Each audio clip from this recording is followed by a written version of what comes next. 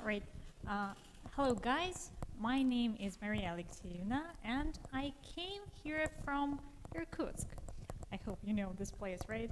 Actually, the journey was quite long, and it took me 18 hours to get to Volgograd. And you know what? I like traveling by plane just because when you look down from the window, you can see how green our country is, right?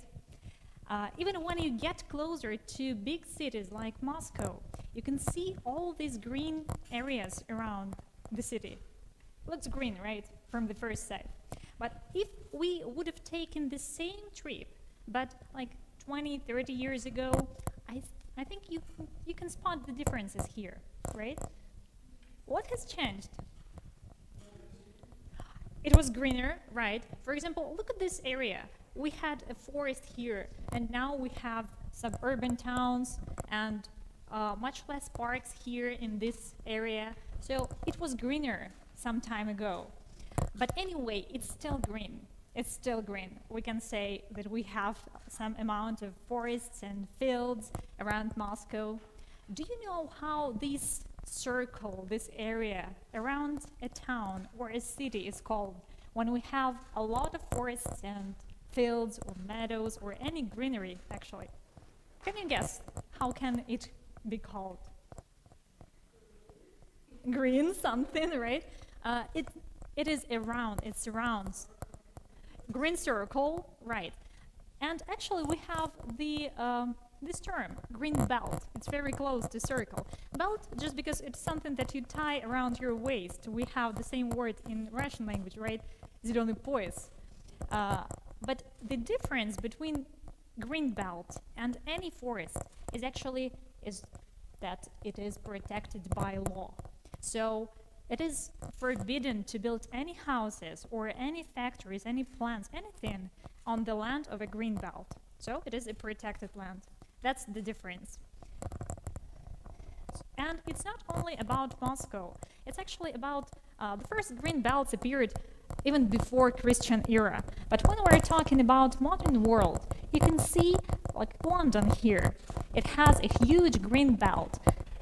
The city and the green belt, it is a limit. It's something that limits the city's sprawl. So it protects the territory around the city from the building, the development, which is usually chaotic, very chaotic. But if we zoom in, if we look closer, you can see these red dots in this belt.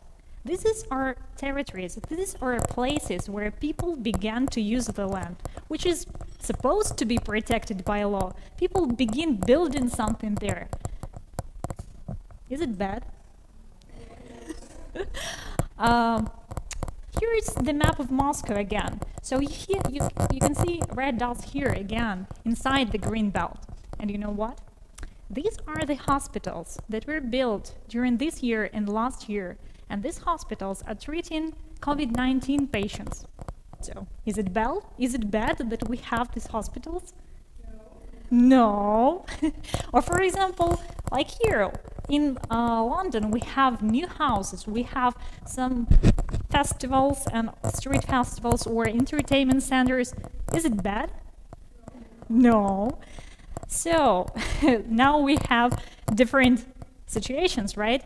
It is bad from one side, and it's not bad because we use that land for something very useful. Even this school, I don't know, like 5 years ago, it was just a green territory, probably a field. But now we're here, we're studying, so it's not that bad, right? So now we have a real example. We will try to understand the arguments behind this question. Is it good or bad? It's actually the capital city of Canada. It's Ottawa. And it is the map, so we have here the city itself, and the green belt that surrounds the city. And the situation was that people in this city, they divided into two groups. People who were completely against any development inside the green belt, and people who were for the city development because city grows, we need new land, we need new places to build something. And We don't know the result. I will tell you later about that result. But as for now, we're going to pretend we're people in this place, right? And we're going to work in groups with the arguments that you have here. You will be the group 1, and you will be the group 2. And I'll get back to you in a second. So, you're 2 groups of people. You are completely against any development inside the green belt, right? So you are for protecting green belts, all right? So your work, and you're against protecting green belts, so you're for hospitals, schools, and anything useful and anything good that can be built inside those green belts, all right? Do you understand your positions, your roles? All right, great. I'll get back to you in a second again. So, and you are the judges. You don't know, you don't have any certain position right now, and your task is to listen to these people, to their arguments, and to judge those arguments, to tell if they are good enough, if they're strong enough to be considered, all right? Now, how we work, ladies and gentlemen, you have this pieces of information, right? This, and you too, also. They are different for each group. So your task now is to read this short pieces of information and to get some facts or ideas for your arguments. There are 4 arguments should be from each group. So for you, you can read the fact, for example, get an idea, and try to formulate, try to create an argument, all right? Which can be used for using the land and against using the land. Do you have any questions about your task? Is it clear what you should do? Yes. Great. You're sure? Are you sure? All right. So, and as for you, you have this list of criteria, all right? So we need to judge, we need some criteria based to base our judgment on. And here you have some examples. You can just spread them out because it is the same thing here and there. So they are to help you to understand. For example, we have 2 statements here. They mean absolutely the same, right? But read the statements and compare them. Try to think which statement you like better and why. If you need any help to formulate the criteria, ask me to help because I think it will be easy to understand what's wrong with the sentence, but probably you will have some difficulties in formulating the criterion itself. All right?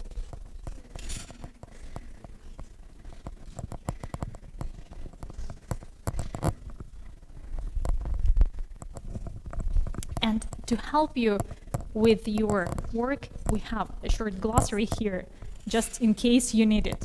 So you can, if you have any questions or probably some words that you need to remember, so short glossary for you.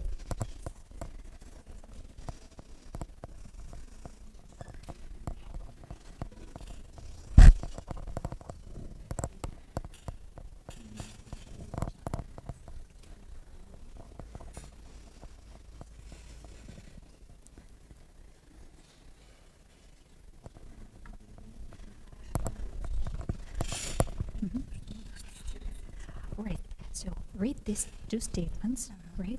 Which one? Very similar, but what are the differences between them? Little people, young people. Look how it's written. We need to compare. We need to compare. Right, when you compare, which one is correct? The second one. Is it easy to understand this statement, this argument? So, for example, if I give you just this information, would it be easy for you to understand it? No. No, right. Just because to understand the statement, it should be clear, right? So we need correct grammar, right?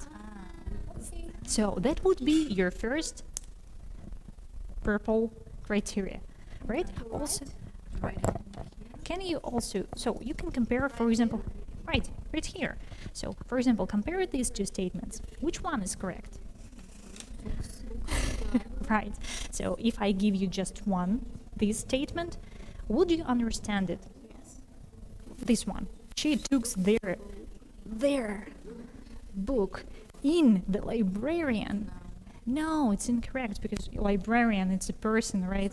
You can't use this word here. So we can say that here the criterion would be the correctness, right? So the same way, go through these statements. For example, pink are the same thing. Compare them and decide which one you like better and try to understand why you like it better. Mm-hmm. All right. So you read the statement, right? Mhm. Some facts. Yes. And you need to write arguments for using green belt for the city's needs, right? It means hospitals, it means new schools. But when you argue with someone, you need arguments, right? To give them. For example, it is help post people. Right.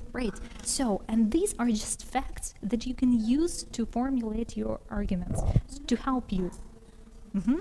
For example, it is good because, and then you say, for example, because it is blah blah blah. Some study shows. All right. All right. You can spread this information so that you can work on different parts of this. Right. Just read the statement, try to understand what it's about and how you can incorporate it here. Oh, great. You have already 3 arguments. Perfect. Also, we have this information here. You can just read it. For example, try to understand how you can incorporate it. It's not mandatory. It's not a must to include everything. So you just can take some examples and include them into your arguments.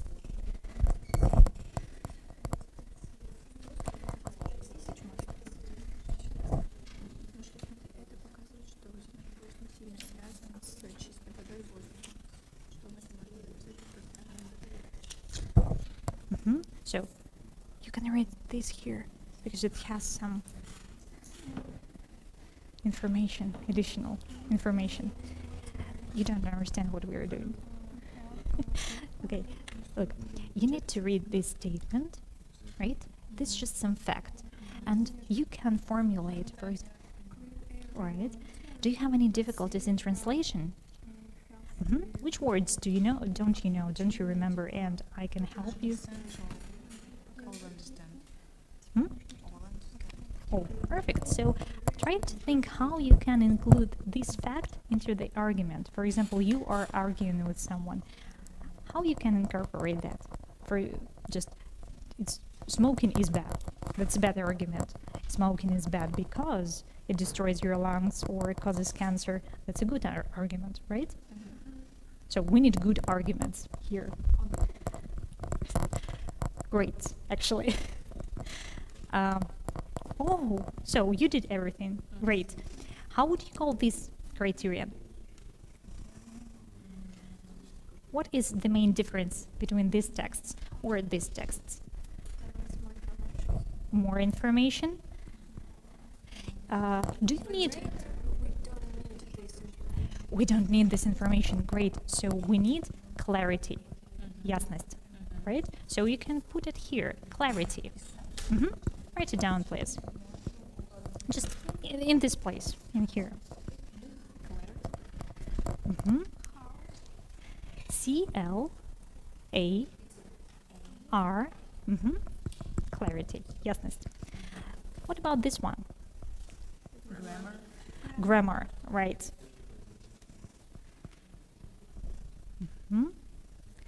And the yellow one? Right, we need facts in your arguments, right? You said correctly. Examples. It's very short, right? So we need examples or facts. Agree? All right. Great.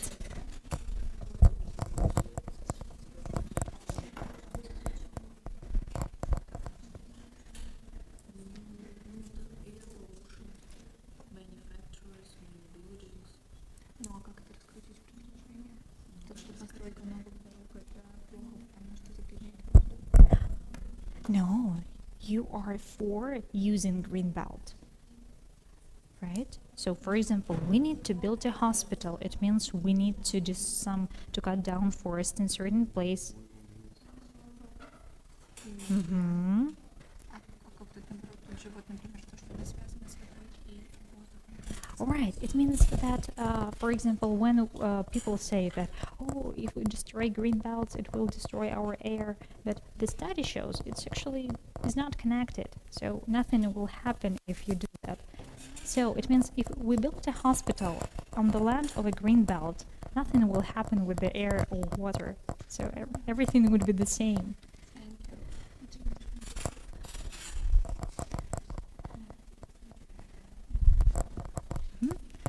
So you are ready to work, right? Okay. Right, so they're finishing their work right now, and then you're going to listen to their arguments, and you will judge those arguments based on these 3 criteria. So if the arguments are clear, you give them from 1 to 5 points, like, oh, it's so-so, like, right, here and here. So we have a team for green belt and against green belt.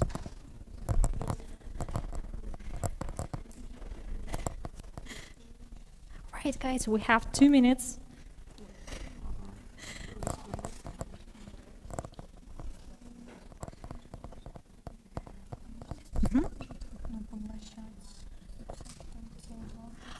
You can use this word, absorb.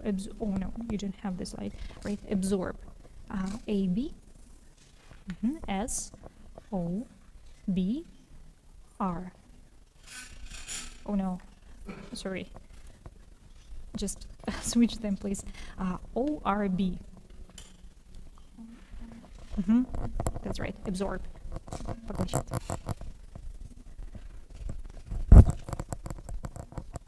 All right, guys, 1 minute to finish. Do you need any help? I think yes. Okay, how can I help you?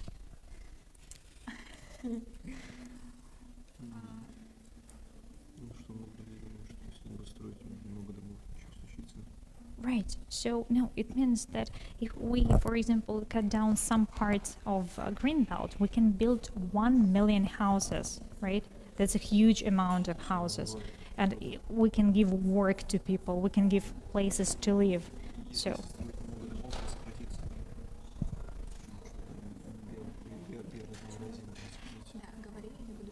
because it gives houses, it provides houses to many people who work in that area, right? In certain area, for example, if you live in some place, you need a house closer to this place. So it's a really good thing that you will have a house closer to your work.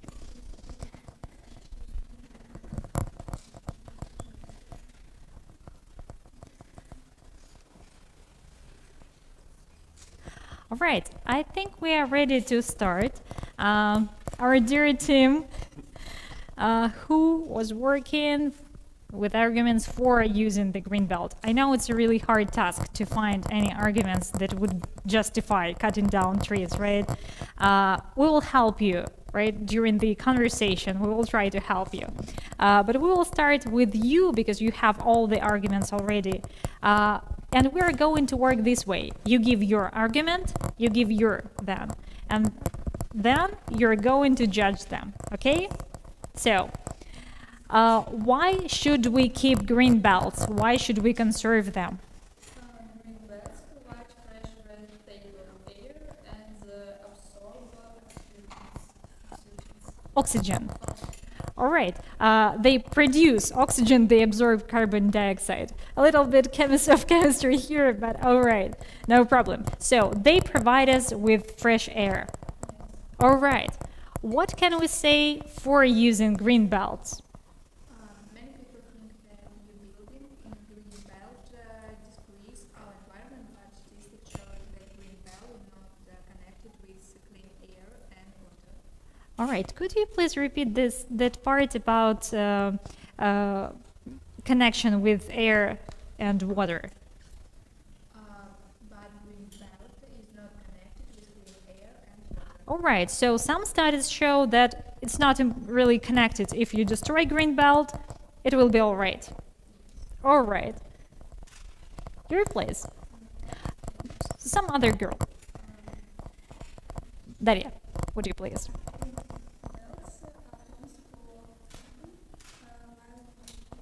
Mm-hmm. Animals and birds. So they provide house for animals and birds and other living creatures. That's a good thing. What would you say? Why should we build there? I think because people get a good house in a good place with clean air. Great. So we will have a house in a really good place when you have a park around or something like this. That's a great option. Thank you.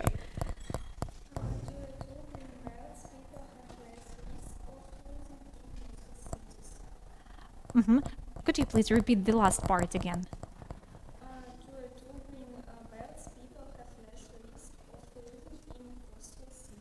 Right, so flooding, it is when the level of water rises, and when we have green belts, this risk is reduced.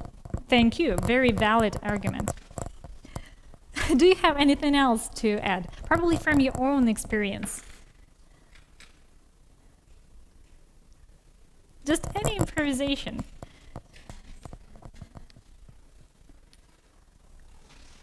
Probably something that we've talked about today. Like hospitals.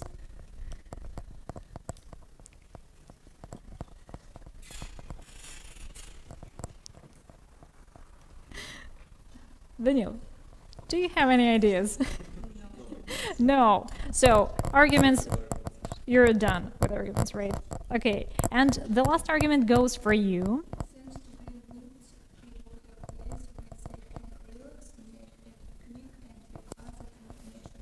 All right, so if you have a green belt, you can relax there, you can spend some time there, and that's a very good thing to have.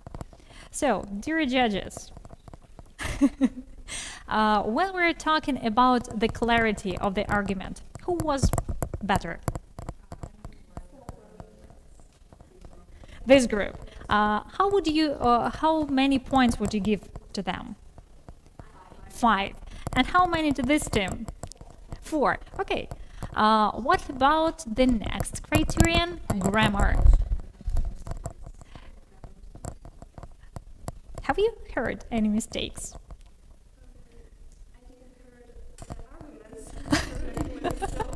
All right, so it's really hard to judge when you don't hear that. So actually, this point, clarity, is also includes that you pronounce everything loudly and correctly. So we'll give you how many points?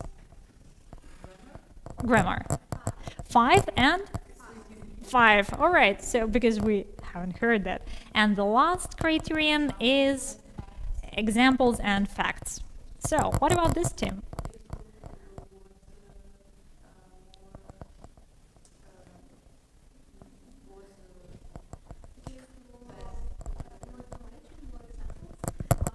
Mm-hmm. Mm-hmm. So, how many points? 3 points and 2 points. All right. Actually, you had a really hard task because your task was to find something good, some good reasons to destroy that. Now I'm asking everybody, just your own opinion. Would you give any idea or argument why we should keep or destroy green belts for any reason? Just without our roles today, your personal opinion.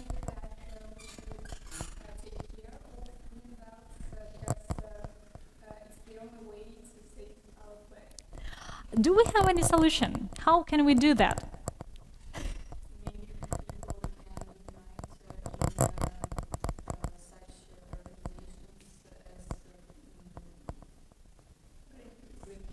Greenpeace, right.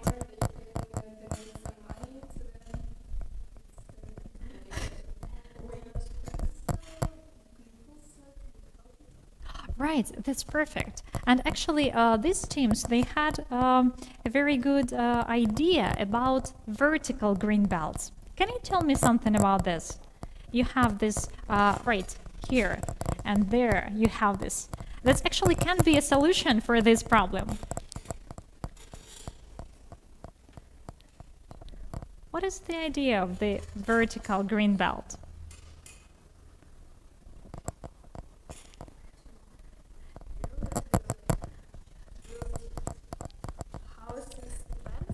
Right. You can see a picture here. So it's a real project in Italy where they have built these huge towers. They are very tall, and they used it as a green belt. So they planted some trees there, right? I think that's a good solution, right? Right, so that's the main problem here, because we need some place in the city and also we need green areas in the city. Here we have the combination of these two. Okay, that's right. And actually, there is some, getting back to Ottawa, to Canada. We discussed some solutions, for example, like building vertical green belts or creating some organizations, as you suggested. But they didn't find that solution. They did something really not good, because we have Ottawa inside the green belt and they began building around it. So here now we have a lot of roads, a lot of traffic through the forest, and we have air pollution and traffic jams. So it's really bad. And I'm actually glad that you offered some solutions. So in some conversations, I think they could have found a compromise. Right. And when we're talking about Greenbelt, this problem, actually, social and ecological problem, there is some organizations like this one based in Kenya. It's called the Greenbelt Movement. And you can visit their website. It could be like your homework if you, it's optional, don't worry. So, but if you're interested in this problem, or if you have some ideas, if you have something to offer, they organize annual prize for people who offer their ideas on how to solve this difficult situation. It's not that easy, because we had just half an hour to discuss this thing, and it's really difficult to come to any conclusion, because we have people and organizations working on that, and still they cannot find a solution. I have a question for you. When we're discussing stuff today, all those arguments, which argument did you find the most interesting?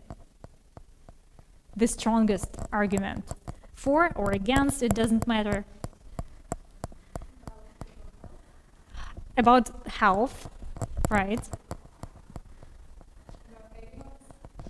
Animals? Just personally for you, which one would you consider? For example, if I tell you, when we destroy green belts, we destroy wildlife, and you will think, oh no, I'll find another solution.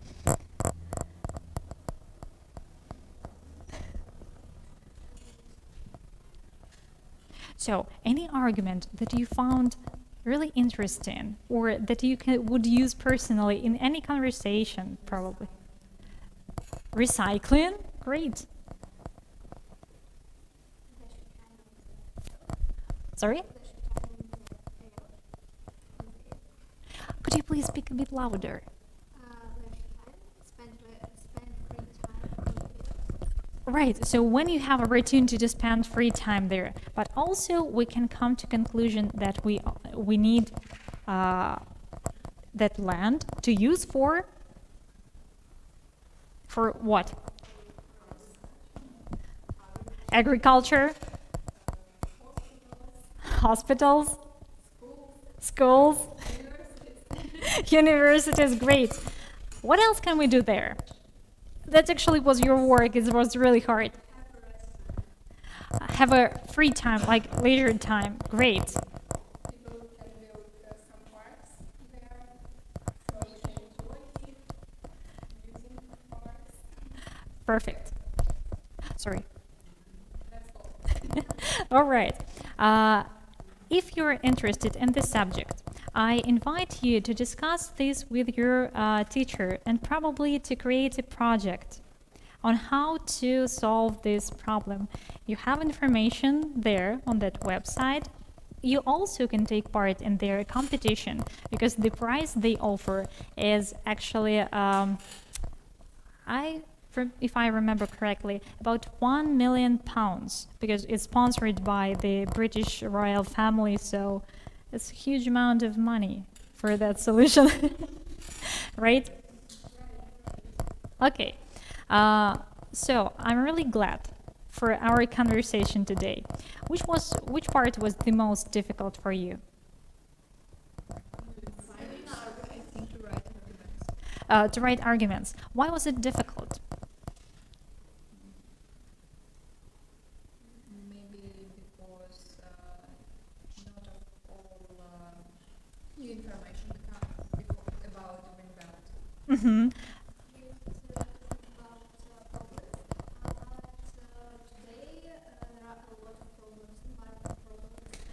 Right. We need to choose. Mm-hmm. Vocabulary to write arguments. Okay. Ladies? I think we have any problems because we understand the importance of nature of these green belts. Thank you. And you actually were very quick with your arguments. Would you use any of this knowledge that you get got today in your everyday life or probably during the next lessons?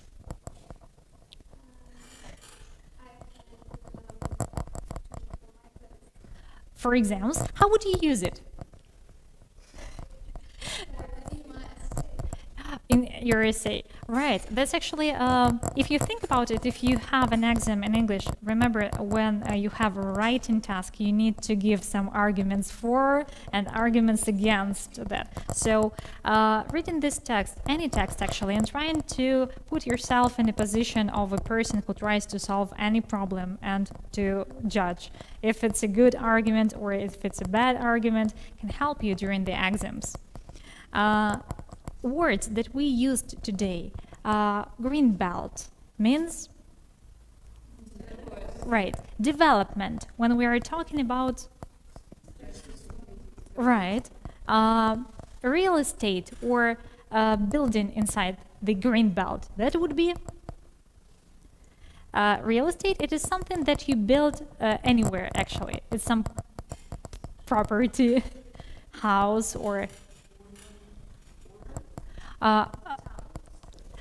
basically, right, it's just one building. Строение. Постройка. All right. Urban, that's right. Environment. And deforestation, one of the main problems here. Pollution. Traffic.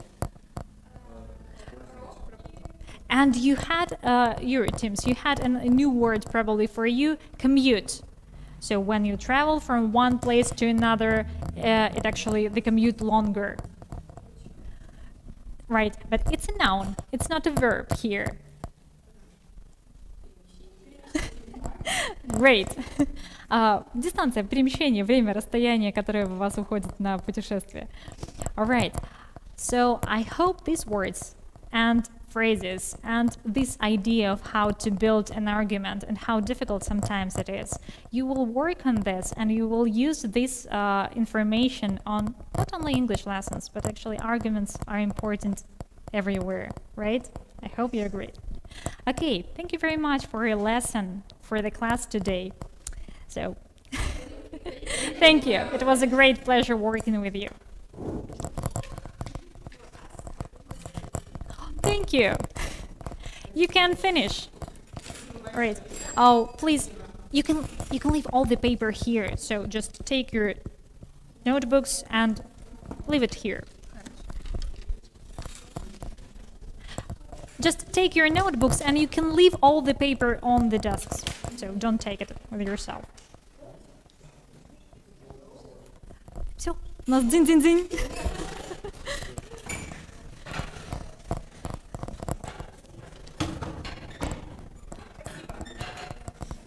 Спасибо. До свидания. Приезжайте к нам еще.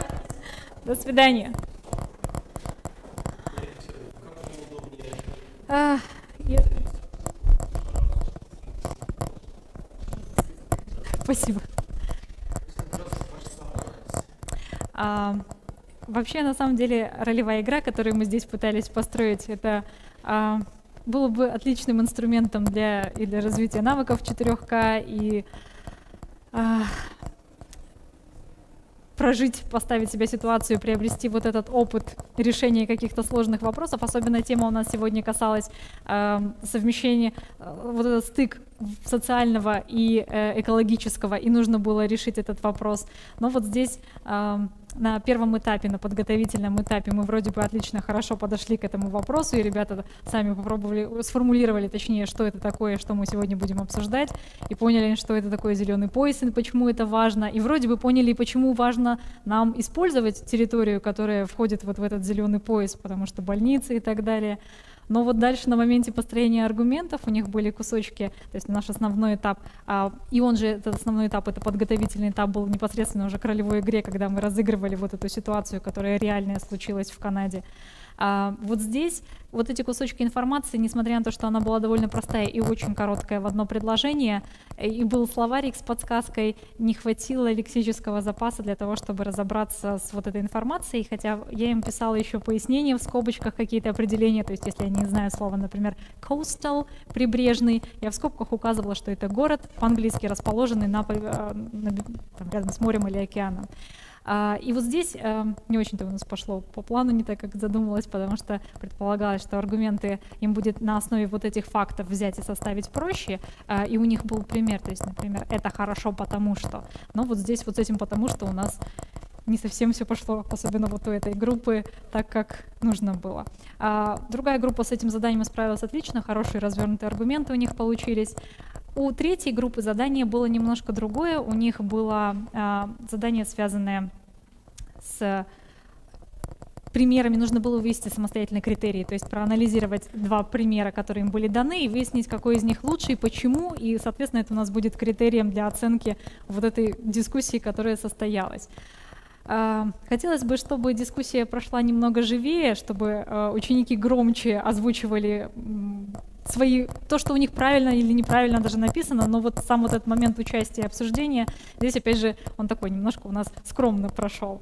Я рада, что они предложили решение вот этой ситуации, то есть предполагая, что вжились не до конца, возможно, но тем не менее поставили себя на место жителей, которые бы решали судьбу города и что делать с этим самым зеленым поясом, предлагали какие-то решения, которые можно было бы в реальной ситуации использовать, но, опять же, поскромничали. Я думаю, в некоторых моментах могло бы быть немножко активнее.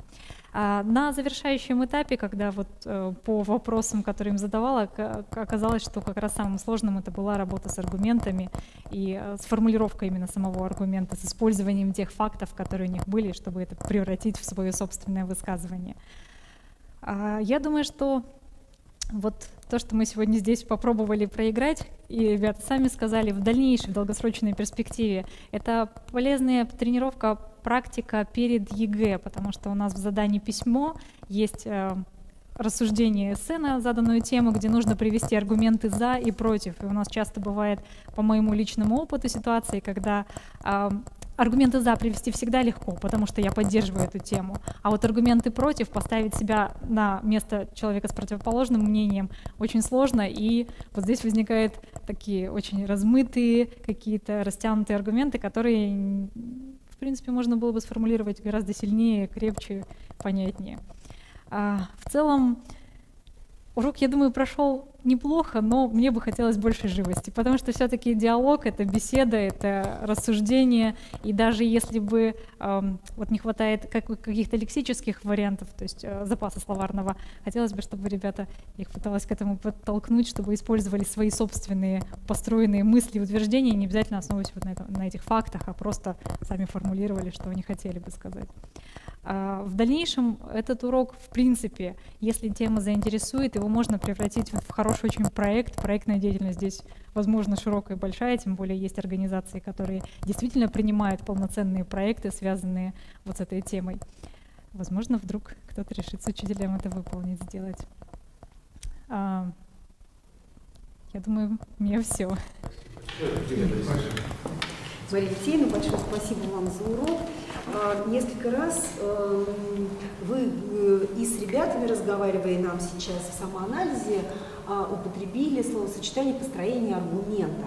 Скажите, пожалуйста, а как вы учите своих детей строить аргумент не с точки зрения грамматики и лексики, а с точки зрения формы аргумента? Вот здесь у нас как раз мы довольно часто используем вот такие варианты ролевых игр или хотя бы дискуссий, где у нас есть, где какая-то должна присутствовать аргументация. И вот здесь этот момент третьей группы, которая сама или вместе мы сначала выводим с ними критерии, что такое вообще хороший аргумент. То есть когда у нас есть примеры, два предложения, один и тот же смысл: курение плохо или курение плохо, потому что вызывает рак, например, разрушает легкие, они сравнивают вот здесь на этих примерах, а что лучше, что звучит-то убедительнее для меня. Мы пытаемся разобраться, почему это звучит убедительнее, и приходим к выводу, что хорошо, если мы спорим, то значит аргумент должен быть подкреплен какими-то фактами, не просто эмоциональный быть. Или, например, ясность аргумента, когда мы можем сформулировать его так сложно, что теряется весь смысл. Либо, например, у нас то же самое утверждение, но на гораздо более простом, понятном, ясном уровне человеческим языком написанное. И мы опять же приходим к тому, что ясность аргумента очень важна. И когда мы прорабатываем вот эти критерии, это бывает перед ролевой игрой или, например, перед серией каких-то игр, то есть они в голове уже держатся, мы к этому не возвращаемся. И дальше мы работаем вот с ролевыми играми, пытаемся оценивать друг друга, либо это не обязательно ролевые игры, задания, где кто-то кого-то оценивает, то есть так, чтобы они понимали, по каким критериям происходит оценка весомости, вот, крепкости этого аргумента. Два вопроса у меня. Первый вопрос: а что вы заканчивали? Иркутский государственный университет, журналистика. Первый вопрос связан с вашей мастерской. Вы говорили о кодировании информации. Какие другие приемы процесса выставки занятия? Приемы именно кодирования и декодирования? Да. Здесь у нас, в принципе, та же самая ролевая игра начинается с декодирования для нас, потому что... Что еще вы делаете? В своей практике? У нас используется активно проектная деятельность, потому что любой проект — это куча всех различных навыков, приемов, которые внутри заложены, и навыков, которые мы развиваем. У нас дискуссии, круглые столы, дебаты, потому что это все немножко разное в зависимости от цели и задачи.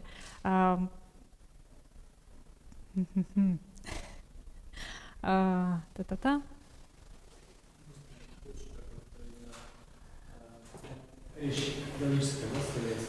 Ну, так как я работаю со старшими классами, у нас уже в основном направленность на продуктивные навыки, то есть читать они вроде бы научились, слушать они слушают меня, научились, а теперь у них задача в старших классах научиться самостоятельно выражать свои мысли, либо письменно, либо устно. И поэтому наши основные вот методы работы, формы работы — это как раз там, где они могут показать свои эти умения различные. Есть у нас еще, простите, продолжу на секунду, задания, которые мы периодически выполняем, когда работаем с художественными произведениями, например, текстами или фильмами короткими, когда, например, ученику нужно настолько хорошо, углубленно проанализировать вот этот текст, так, чтобы, например, в конце создать своего собственного персонажа, который бы вписался в эту историю. И дальше чтобы ученик попробовал, это уже высокий уровень развития разных навыков, когда ученик может ответить, например, а мой персонаж в критической ситуации поведет себя таким-то образом. Или, например, вот в этот кульминационный момент этой истории он делает то-то. То есть ученик понимает и текст, и понимает, как туда вписать что-то изначально инородное, но сделать его настоящим. Здравствуйте еще раз. У меня английский язык я, к сожалению, не освоил, и то, что происходило на уроке, я в большей степени потом открывал завес тайн из вашего самоанализа. Но вы в основном на уроке, если неправильно, поправьте меня, использовали групповую форму работы. И как отсюда вы оцениваете усвоение материала каждым ребенком отдельно, потому что во время групповой работы однозначно некоторые дети не всегда реагировали на то, чем они занимались, и могли спрятаться в рамках группы за более грамотного своего товарища. Как вы можете прокомментировать? Ну, так как на самом деле это у нас один урок только в серии, вот здесь групповая работа была выбрана из-за того, что какие-то ребята были явно слабее, предполагалось изначально, кто-то будет посильнее. Здесь, когда они работают коллективно, хоть они могут подтянуть друг друга и подсказать, вот это то, это все, давай мы делаем сейчас вот это упражнение, задание. Следующий урок, если бы я у них продолжала, это был бы урок уже оценки индивидуальной работы каждого, то есть сегодня словарный запас у них пополнился новыми словами. Сегодня они попробовали вот эти строить аргумент, и, например, на следующем уроке мы могли бы им предложить задание, где им нужно было составить какое-то утверждение, хотя бы, например, проверить, как это каждый из них сможет сделать. На этом уроке, если здесь говорить конкретно, то на самом деле их очень видно, ребят, которым нужна была помощь постоянно, и те вот группа, которая уже сразу же все записала, составила, и кто в этой группе работал. То есть вот педагогическое наблюдение, оно здесь работает. Спасибо. Мария Алексеевна, мы вас поздравляем с завершением первого этапа всероссийского конкурса «Учитель года России».